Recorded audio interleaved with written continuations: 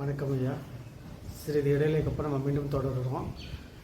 அவருக்கு இடைவேளை தேவையில்லை, நமக்கு தேவையில்லை இடைவேளை, அதனால தான் சிறிது இடைவேளை. சரிங்கய்யா, இப்போ நீங்கள் ஆசனங்கள் எல்லாம் கற்றுக் கொடுத்துருக்கீங்க, எல்லாம் சொல்லிக் கொடுத்துருக்கீங்க. ஒரு சில சந்தேகங்கள் என்னென்னா, எனக்குள்ளே இந்த கேள்விகள் தோணிக்கிட்டே இருக்கும் சில காலமாக. உதாரணத்துக்கு நம்ம ஒரு இப்போ உடற்பயிற்சி செய்கிறோம், அதுக்குரிய விளைவுகள் வந்து உடனே பார்க்குறோம். உதாரணத்துக்கு தசையோட வளர்ச்சிக்காண்டே சில இது பண்ணுறோம், பயிற்சி பண்ணுறோம். தசை வளர்றது கூடுறதுலாம் நம்ம பார்க்குறோம், ஒத்துக்கிறீங்க, அது கண் கூட பார்க்குறோம். இப்போ இந்த யோக கலையில் பிராணாயாமம், தியானம், நீங்கள் சொல்கிற மூச்சு பயிற்சி, நாடி பயிற்சி எல்லாமே பண்ணும்போது இது எல்லாமே எங்களால் உணரத்தான் முடியுதே தவிர நாங்கள் ஏன் அதை வந்து உணர்ந்து பார்க்குறோம். இப்போ பசின்ற உணர்வு மாதிரி நாங்கள் அது கண்மூடி உட்காடுறோம், அவ்வளோதான் எங்களுக்கு தெரியுது. உள்ளுக்குள் நடக்கிற மாற்றங்களை எங்களால் ஏன் உணர முடியுது, உணர்ந்து ரியலாக பார்க்க முடியல. உதாரணத்துக்கு இது சினிமா படம்னா நான் ஒத்துக்கிறேன். சினிமா படத்தில் பார்த்தீங்கன்னா அவங்க தியானம் பண்ணுவாங்க, அவங்க சுற்றி ஒரு ஒளிவட்டம் தெரியும். உதாரணத்துக்கு அசுர சக்தியான பேய் பிசாஸ்லாம் அடக்குறாங்க. இந்த மாதிரி வந்து சினிமாவில் எங்களை காமிச்சே எங்களை பழக்கப்படுத்திட்டாங்க. நாங்கள் அதனுடைய எண்ணங்களே நாங்கள் இருந்துட்டோம். இப்போ நம்மளோட யதார்த்தத்துக்கு அது ஒத்து வராது, அதை நான் ஒத்துக்கிறேன். என்னோட கேள்வி என்னென்னா, இந்த கலை நீங்கள் சொல்கிற 8 நிலை ஏதோ ஒரு நிலையை எடுத்துக்கோங்க. அது ஆசனமாக சரி, பிரார்த்தம், தியானம், எது வேணால் எடுத்துக்கோங்க. அது உங்களோட நிலைகளை வச்சுக்கோங்க. இது மூலமாக என்னால் இந்த ஆன்மீகத்தோட தொடர்பு கொள்ள முடியுமா, அந்த ஸ்பிரிச்சுவலோட கனெக்டிவிட்டி வைக்க முடியுமா, அதாவது இந்த ஆசனங்கள் செய்யும்போது உடனடியாக அதோட பலனை எதுன்னு எதிர்பார்க்க முடியுமா, இந்த மாதிரி கேள்விகள் இருக்குது. இதுக்கு உங்களோட விளக்கங்களை எங்களுக்கு சொல்லுங்களேன். இல்லை நான் சிந்தித்த செயல் வந்து தப்பா, அப்படி யோசிக்கக்கூடாதா, இல்லை இது தப்பு அப்படின்னீங்கன்னா கொஞ்சம் தெளிவான விளக்கங்களுக்கு எங்களுக்கு சொல்ல முடியுமா? இல்லையா, ஒரு கேள்வின்றது எப்பவுமே ஒரு மனிதனோட மிக சிறந்த சொத்து. ஒரு கேள்வி மூலமாக தான் அவங்க ஒரு உயர்வான ஒரு தன்மையை நோக்கி நடந்து போகிறாங்க, அந்த பயணத்தில் இருக்காங்க. ஸோ ஒரு கேள்வியுமே முக்கியமான கேள்விகள். அந்த ஒரு கேள்வி மனசில் எழும்போது அதை ஒரு ஏடு எடுத்து, ஒரு நோட் புக் எடுத்து அதில் எழுதி வச்சு நம்ம ஸ்டோர் பண்ணி வச்சுக்கணும். இப்போ ஒரு கேள்வி நம்மக்கிட்ட வருது.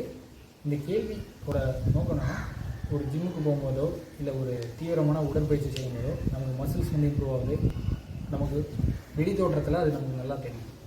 இது யோக விஞ்ஞானத்தை பயன்படுத்துகிற நபர்களுக்கு அது வெளிப்புறமாக அது தெரியுமா? யோக விஞ்ஞானத்தை பயன்படுத்தி ஒரு நபர் வந்து முதல்ல ஆரம்பிக்கிறாங்க. அவங்க வந்து ஒரு மெடிக்கல் டெஸ்ட் மாதிரி பண்ணுறாங்க. அவங்களோட கார்டியாக் ஃபங்க்ஷன்ஸ், அவங்க ஹார்ட் ஃபங்க்ஷன்ஸ் எப்படி இருக்குது, அவங்களோட ஒரு ஆர்கன் ஃபங்க்ஷன்ஸ் எப்படி இருக்குது, இதெல்லாம் அவங்க வந்து செஞ்சிடறாங்க. பிளட் டெஸ்ட் முதற்கொண்டு அதில் ஒரு ரிப்போர்ட் வருது.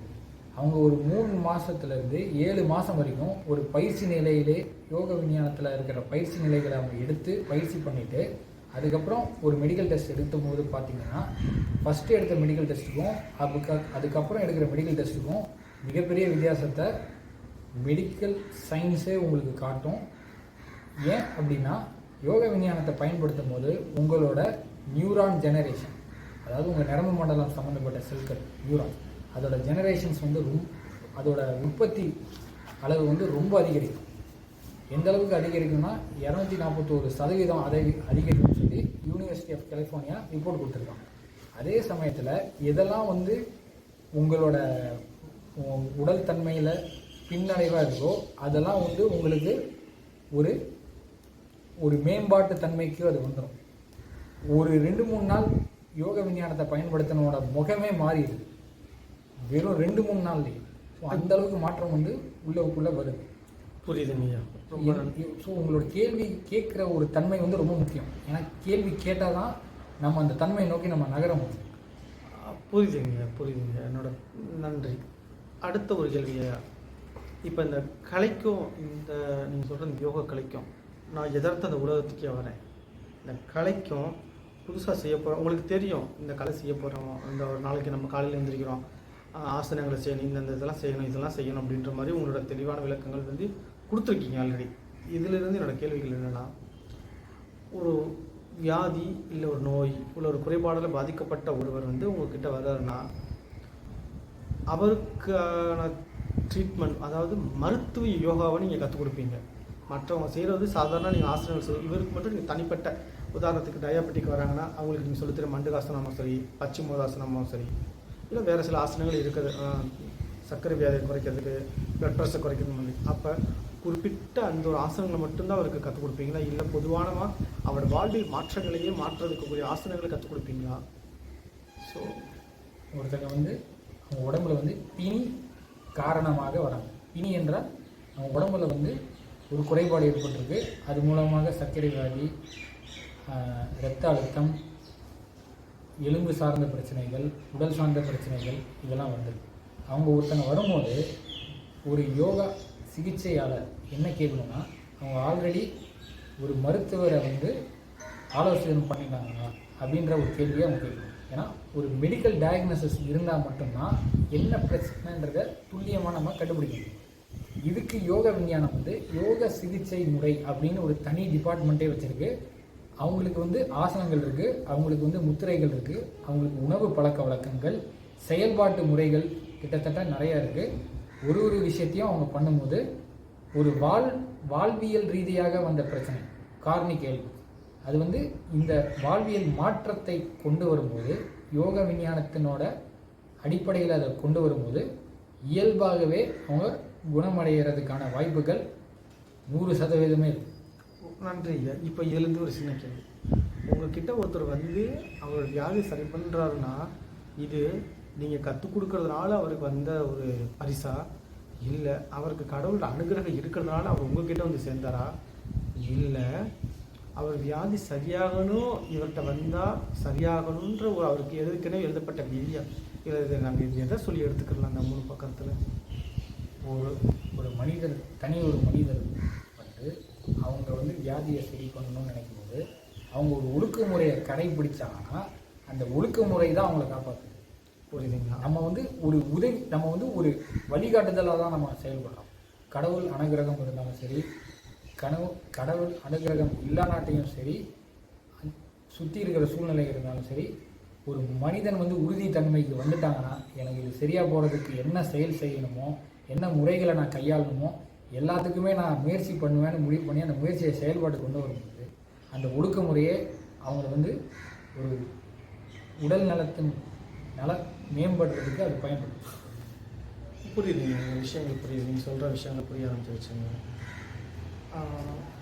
கடைசி ஒரு கேள்விங்க, இறுதியான ஒரு கேள்வி என்னென்னா, இந்த யோக கலைக்கும் ஆன்மீகத்தை பற்றி நான் சொல்லிட்டேன், இந்த யோக கலைக்கும் இந்த மாந்திரிகங்கள் சொல்கிறாங்க, இதுக்கும் ஏதேனும் சம்மந்தம் இருக்குதா, இல்லை இது மூலமாக உதாரணத்துக்கு இது கேட்கக்கூடாத கேள்வி தான் இருந்தாலும் இது என்னோடய சந்தேகம் தான். இந்த யோக கலையை ஒருத்தர் நான் கற்றுக்கிறேன், இந்த கலையில் ஒரு 5 வருதுலேருந்து ஒரு 6-7 வருஷமாக நான் கற்றுக்கிட்டுருக்கேன்னா, இது வந்து மக்கள் நம்புகிறாங்களோ இல்லைன்னு தெரியும். ஒரு மாந்திரிகம் சொல்கிறாங்க, அது ஏவல் பிள்ளைன்னு சொன்னீங்கன்னு சொல்கிறாங்க, அவங்களுக்கு 2 மணிக்கு ஏவி விடுறது இந்த மாதிரிலாம் சொல்கிறாங்கன்னா, இந்த கலை மூலமாக அந்த கலையை என்னை காப்பாற்றுமா ஐயா? அந்த கலையை நான் செஞ்சுக்கிட்டு இருக்கேன், தொடர்ந்து செய்யும்போது என்னை காப்பாற்றுமா?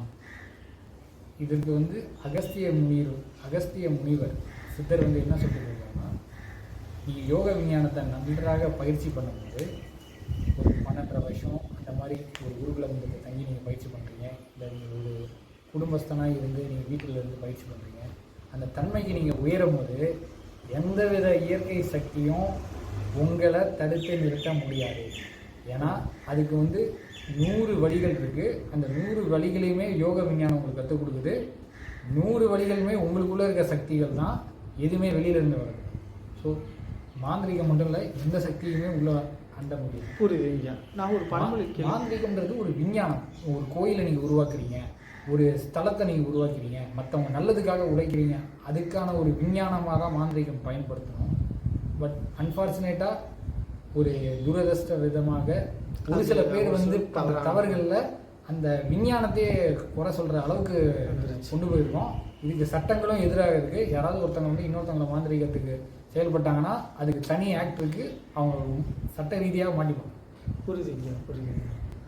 இறுதியான ஒரு கேள்வி, மனம் சம்மந்தப்பட்ட கேள்வி தான். அதாவது ஒரு பழமொழி சொல்லுவாங்க, மனமதும் செம்மையாக மந்திரம் செவிக்க வேண்டாம், தந்திரம் செவிக்க வேண்டாம். இது அப்போ எனக்கு மனம் செம்மையாக இருந்தாலே நான் கோயில் குளத்துக்கு போகணும் அவசியம் இல்லையா? என் மனது செம்மையானால் முன்னா என் மனசை வந்து நான் சுத்தமாகும், மற்றவங்களுக்கு உதவி செய்கிற மாதிரியும் என்னால் முடிஞ்ச உதவி நம்ம தேடி போய் செய்கிறோமோ இல்லையோ, நம்மளை தேடி வந்து கேட்கும்போது உதவி நம்மளால் முடிஞ்ச உதவிக்கணும், நம்ம சுற்றி இருக்கணும் நல்லா வச்சுக்கிறேன். இந்த மாதிரி இருந்து என் மனதை வந்து நான் செம்மையாக வைக்கும்போது எனக்கு வந்து தியானத்தில் உட்காரணும்னு அவசியம் இருக்காது. ஏன்னா தியானத்தில் நீங்கள் சொல்கிற என்னோட சந்தேகங்கள் இதுதான். இப்போ தியானத்தில் உட்காரும்போது என்ன நமக்கு கிடைக்கும் நீங்களே சொல்லுங்கள். ஒரு அபரிவிதமான ஒரு பேரின்பம் கிடைக்குது. இயற்கையான இந்த பஞ்சபூதங்கள் நமக்கு கிடைக்கிற அந்த சிற்றின்பத்தை விட தியானத்தில் அந்த பஞ்சபூதங்களையும் நம்ம அடக்கி உட்காரும்போது நமக்கு கிடைக்கிற அந்த பேரின்பத்தை நான் மனமை செம்மையானால் என் மன செம்மையாக இருக்கும்போது நான் எடுத்துக்கிறேன். ஏன்னா எல்லாம் ஒரே காரணங்கள் தான். என் தியானம் வரும்போது என்ன நடக்குது, ஒரு சந்தோஷம் கிடைக்கும்போது எதை அனுபவிக்குது, நம்மளோட மனம் தான் அனுபவிக்குது. நம்ம உடல் அனுபவிக்கல, நம்ம மனம் தான் அனுபவிக்குது. அந்த மனத்தை நான் நார்மலாக இருக்கும்போது, நார்மல் மீன்ஸ்னால் நான் எதுலையுமே கடுமையான தியானம் கடுமை தவமலம் இல்லாமல் யதார்த்தமாக இருந்து நான் அதை மனசை சந்தோஷமாக வச்சுக்கிறக்குமோ எனக்கு அங்கே கிடைக்கிற அதே சந்தோஷம்தான் நீங்கள் தியானத்து மூலமாக கிடைக்கிற அந்த சந்தோஷம் ரெண்டும் ஒன்று தானா, இல்லை அது வேற வேறையா? மனம் அது செம்மையானால் மந்திரம் ஜபிக்க தேவை. மனம் யாருக்கு செம்மையாக இருக்குன்னா ஞானமடைந்த மகான்களுக்கு, ஞானமடைந்த சித்தர்களுக்கு மட்டும்தான் செம்மையாகும். அவங்க ஒரு இன்டைரக்டாக எப்படி சொல்லியிருக்காங்கன்னா, நீங்கள் வந்து இந்த யோகா விஞ்ஞானத்துலேயும் எந்த விஞ்ஞானம் எடுத்தாலும் சரி, அது வந்து பரதநாட்டியமாக இருந்தாலும் சரி, சித்த மருத்துவம் இருந்தாலும் சரி, எந்த ஒரு கலைகளாக இருந்தாலும் சரி, அதில் நீங்கள் வந்து முழு வீச்சில் உள்ளே போய் உங்கள் மனசை நீங்கள் செம்மையாக்கணும்னா ஒரு 12 வருஷமாவது தேவைப்பட்டு. இந்த மனம் செம்மையானால்ன்றதை வந்து ஏன் அப்படி சொல்கிறாங்கன்னா, உங்கள் மனதில் இருக்கிற எண்ணங்கள் வந்து உங்களுக்குள்ளே தோண்டியிருக்கு. ஆனால் அது முடியும் போது பிரபஞ்சத்தோட அளவு வரைக்கும் அது முடியுது. ஸோ உங்களை வந்து முக்தியை நோக்கி நகர்றதுக்காக அந்த ஒரு வாக்கியத்தை அவங்க பயன்படுத்துகிறாங்க. அதே சமயத்தில் நீங்கள் வந்து தியானம் பண்ணுறதுனால இயற்கையோடு நீங்கள் ஒன்றா ஆகிடுறீங்க. இயற்கையோடு ஒன்றாகும் போது பேரின்பம்ன்றது ஒரு ப்ளஸ் தான் உங்களுக்கு. அது ஒன் ஆஃப் த, அது வந்து உங்களோட ஒரு உணர்வாக தான் நீங்கள் ஃபீல் பண்ணுறீங்க, உங்களுக்குள்ளே தான் நடக்குது. அதை தவிர பல விஷயங்கள் உங்களுக்கு நடக்கும். அந்த பல விஷயங்கள் உங்களுக்கு நடக்கும்போது பேரின்பம்ன்றது ஒரு விஷயம், இயற்கையோட ஒரு ஒன்றான தன்மைக்கு வந்திருக்கோன்றது இன்னொரு விஷயம். இதெல்லாம் தான் தியானம்.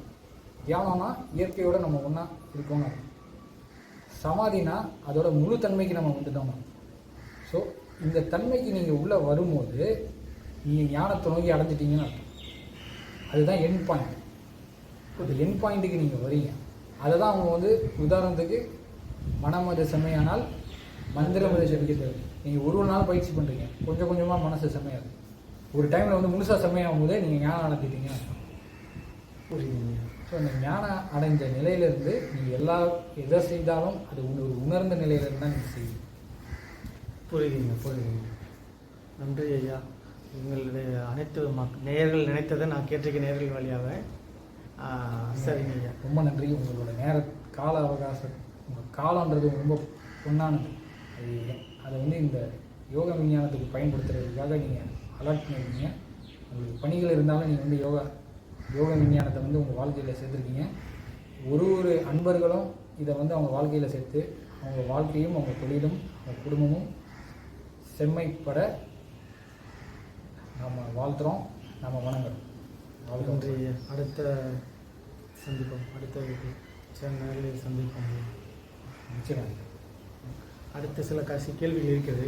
நேரம் பற்றாக்குறை காரணமாக நம்ம அடுத்த சேனலில் சந்திப்போம், அடுத்த பேட்டியில் சந்திப்போம்.